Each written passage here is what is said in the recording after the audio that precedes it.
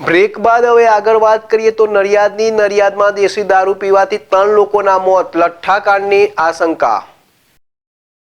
નડિયાદ શહેરના જવાહરનગર વિસ્તારમાં એક દુઃખદ ઘટના ઘટી છે, જેમાં 3 લોકોની દેશી દારૂ પીધા પછી મોત થયા છે। આ ઘટનાને લઈને આખા શહેરમાં લોકો હચમચી ગયા છે અને સ્થાનિક પોલીસ પરિસ્થિતિને સાંભળવા માટે દોડતી થઈ ગઈ છે। મૃતકોમાં 40 વર્ષના યોગેશ કુમાર ગંગારામ કુશવાહ, 50 વર્ષના રવિન્દ્ર જીનાભાઈ રાઠોડ અને 59 વર્ષના કનુજભાઈ ધનજીભાઈ ચૌહાણનો સમાવેશ થાય છે। આ લોકો કલરકામ અને પાણીપુરી વેચવા જવા મજૂરી કામ કરતા હતા। મૃત્યુ પામેલાઓના પરિવારોને જણાવ્યા અનુસાર આ લોકો દેશી દારૂ પીવાથી તેઓના જીવ ગુમાવી બેઠા છે।